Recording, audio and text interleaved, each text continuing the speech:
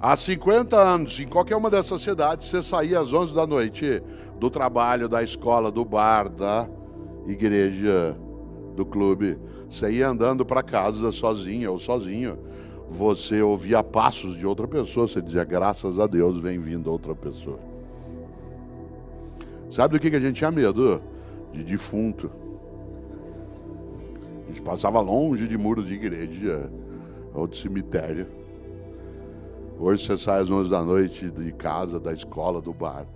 Se ouve passo de outra pessoa, diz, meu Deus do céu, vem vindo outra pessoa. Em algum momento a gente se habituou. E começou a achar o que eu posso fazer. A vida é assim. Eu faço o que eu posso. Interessante. Porque essa geração que está agora com menos idade, que por exemplo hoje está fazendo vestibular aqui, ela não pode ser formada com a percepção de que a gente deva adotar a mediocridade como sendo nossa referência para algumas coisas. Isto é, deu para passar. Claro que não. E mediocridade, como eu dizia, hábito.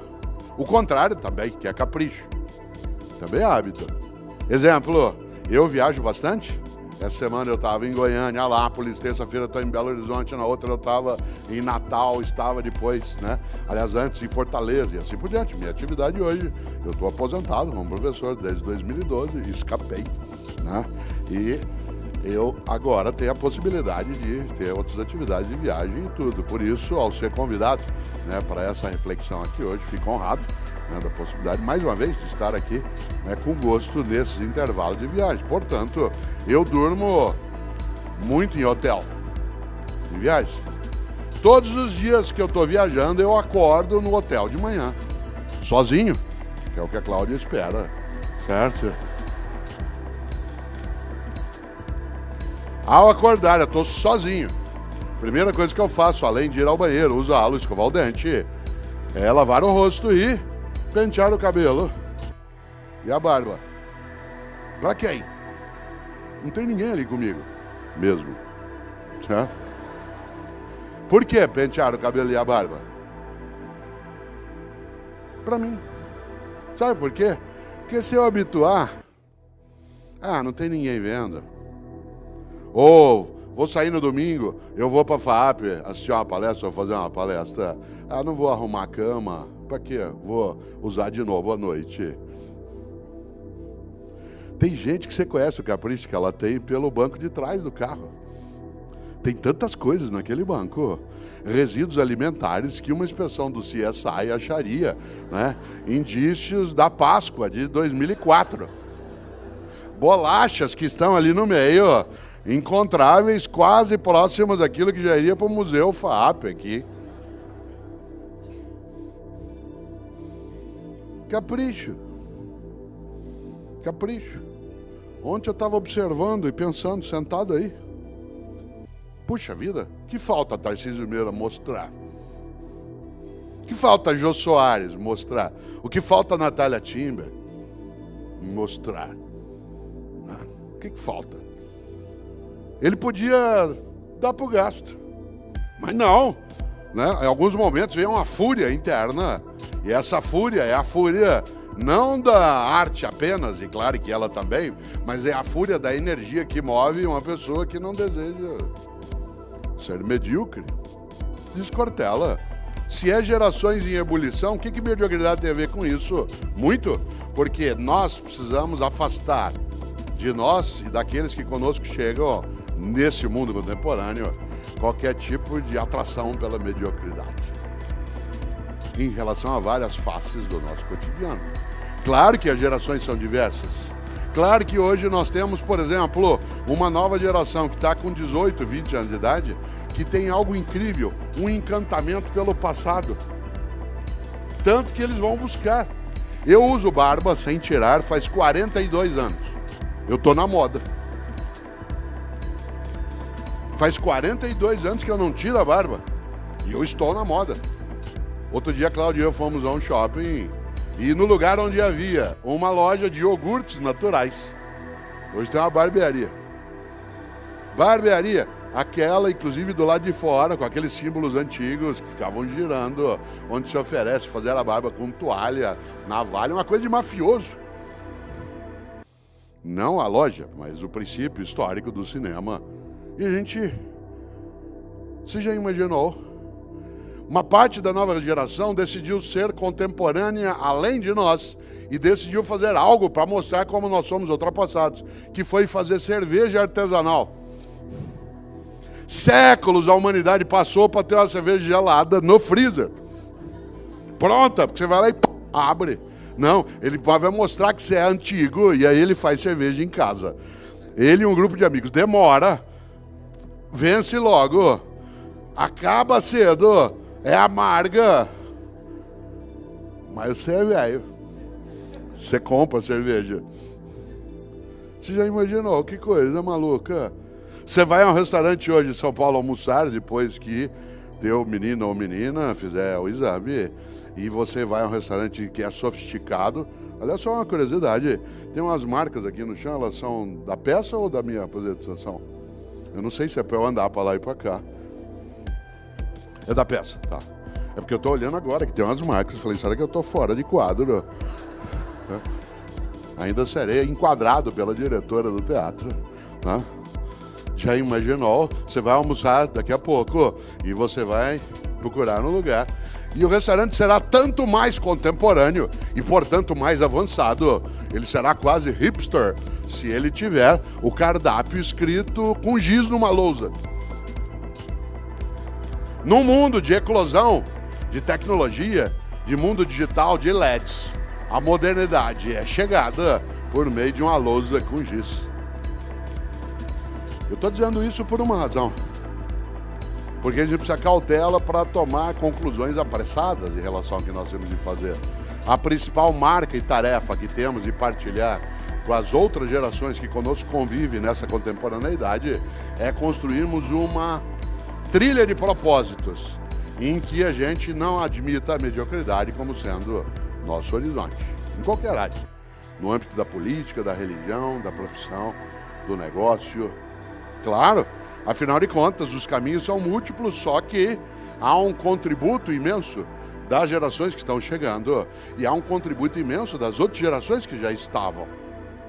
Isto é, muita gente aqui tem muito mais idade, como é o meu caso, do que os jovens que entrarão na nossa sala de aula ou entram na nossa sala de aula. Há muita coisa que eu posso contribuir e o contrário também. Parece óbvio, nem sempre se admite essa percepção de ambos os lados. Há hoje, por parte, como eu dizia, de uma parcela das novas gerações, uma certa mitificação do passado. Alguns, por exemplo, decidiram, e vêm fazendo, ir buscar suas raízes nos países da onde os seus ancestrais vieram. Que é uma viagem quase que de natureza ontológica, para usar um termo da filosofia, em que se vai para o lugar onde os avós ou os bisavós vieram, né? Porque nossos avós e bisavós vieram, às vezes, de outros países, como é o caso da quase totalidade de nós aqui, mas eles queriam deixar aquele lugar que vieram para trás. Porque aquilo, se alguém vivesse num lugar onde ele pudesse ficar, teria ficado. E veio porque não podia ficar. E ao vir, quis romper. Pois bem, uma parte da nova geração vai em busca dessas raízes. E é claro que vai buscar as raízes nas nações onde avós e bisavós viveram, porque aquilo dá uma certa identidade num mundo de volatilidade, de velocidade, de superficialidade das relações, em que a gente está num instante e que, vez ou outra, é preciso deixar claro algumas coisas em que você o tempo todo está sendo avaliado. Eu, essa semana, aliás, anteontem, em relação a um dos meus filhos, por conta até de um debate que tivemos de natureza profissional, eu tive que lembrar ele algo que às vezes ele esquece. E eu também não posso esquecer disso em relação a ele, mas eu tive que lembrar ele por escrito. Você não é nem meu juiz e nem meu avaliador. Não é você que decide e nem eu estou pedindo para você me avaliar. Claro que ele pode falar a mesma coisa para mim, ambos somos adultos. Ele diz assim, não, mas você tem o direito de fazê-lo, você é o pai dele. A relação de adultos pressupõe uma capacidade de equidade. Claro que a minha responsabilidade, a noção de reverência e respeito, ela coloca uma outra condição também. Mas nós hoje temos relações em que o mundo digital, por exemplo, nos colocou sob perspectiva o tempo todo. Eu, por exemplo, estou nas redes sociais, escrevo livros, faço comentário de TV e de rádio, sou professor. O número de pessoas que decidiu que ela pode palpitar sobre a minha existência, sobre as minhas escolhas, minhas opções, o que eu falo, o que eu escrevo, é imenso. Você já imaginou? Pessoas escrevem dizendo: você precisa tirar essa barba. Quase que eu respondo de volta: o que você tem com isso? Eu não sou um servidor público, eu sou uma pessoa pública. Ser pessoa pública é diferente de servidor público. Um servidor público tem que dar satisfação. Ele está sendo remunerado e contratado por uma sociedade para prestar serviço, seja no executivo, no legislativo ou no judiciário. Ele sim tem que dar satisfação a quem é o seu patrão. Mas eu sou só uma pessoa pública e, de repente, as relações apressadas se dão de vários modos. Eu, num comentário que fiz no rádio na sexta-feira, lembrei: hoje o grande tribunal que funciona 24 horas é a família. Você tem grupos de redes sociais com a família, é um tribunal dioturno. Ele funciona 24 horas, sem interrupção. Você está sendo avaliado, julgado, não só eu, qualquer um de nós.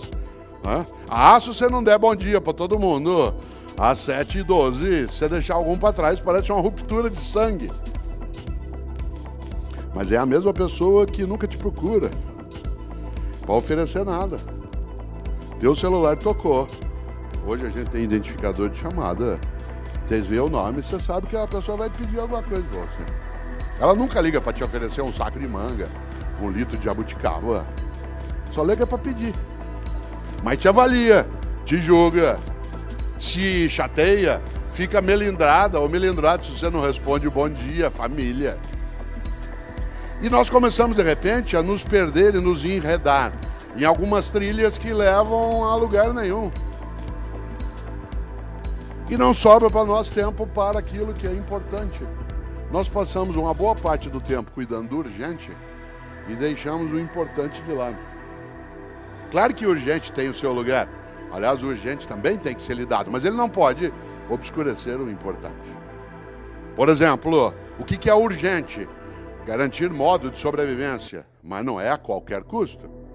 O que é urgente? É você lidar com aquilo que é a tua tarefa, que aliás te dá o retorno em relação às tuas condições, mas ela não é exclusiva.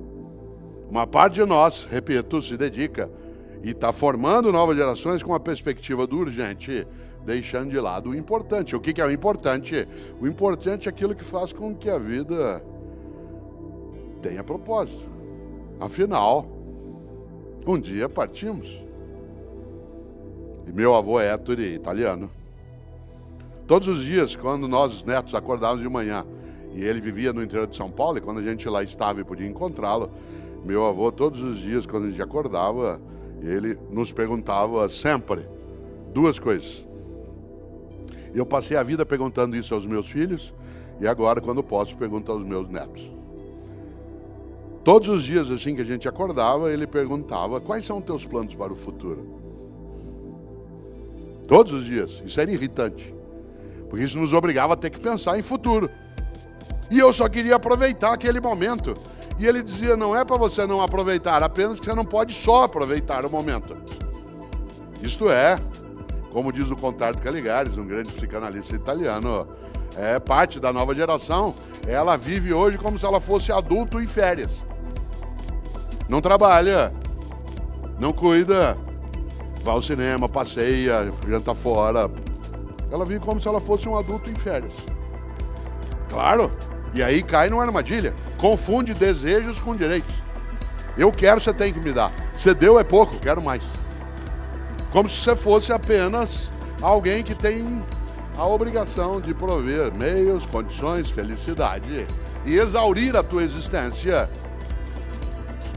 Pais e mães, você já viu, se você teve, claro, você sabe, filhos pequenos. Há pais e mães hoje com crianças pequenas que passam o domingo hoje, o dia inteiro, à disposição de seus filhos, tentando fazer com que eles tenham ocupação. Usando um argumento curiosíssimo. É porque a gente precisa conviver mais. Você acha que meus pais conviviam comigo quanto tempo? Nas refeições, que foi o que a gente tirou fora, em outros momentos. No resto do tempo, a gente queria a distância de adulto. Aliás, era assim que a gente se divertia. Na ausência de adulto, e não com adulto comigo. Hoje, você vai, por exemplo, a um buffet infantil, e lá existe uma figura que é necessária até, mas que é inacreditável no século XXI, chamado animador de crianças. Uma geração que precisa de animador, tendo 10 anos de idade, está com algum tipo de distúrbio. Famílias inteiras saem de casa, hoje, domingo, saem de casa e vão ao restaurante comer comida caseira. E saem de casa para fazê-lo. Tem algum tipo de doença nisso. Gente, vamos comer comida caseira, vamos embora. Vai todo mundo. Sai de casa para comer comida caseira. Tem alguma perturbação psiquiátrica nessa questão. Você ri, somos nós. Ri de quem? Animador de criança, criança aos 10 anos de idade, 12. Ela nem tem hormônio, ela tem demônio. É uma coisa, né, de outra natureza. Aquilo ferve numa outra direção. Aliás, quem é professor aqui sabe o que é demônio em vez de hormônio, né? Não só no ensino médio, até na universidade, porque a gente tem uma noção hoje de adolescência estendida, né? Parte dos pensadores entende a adolescência como sendo quase 30 anos de idade, né? E não 17 como era até pouco tempo.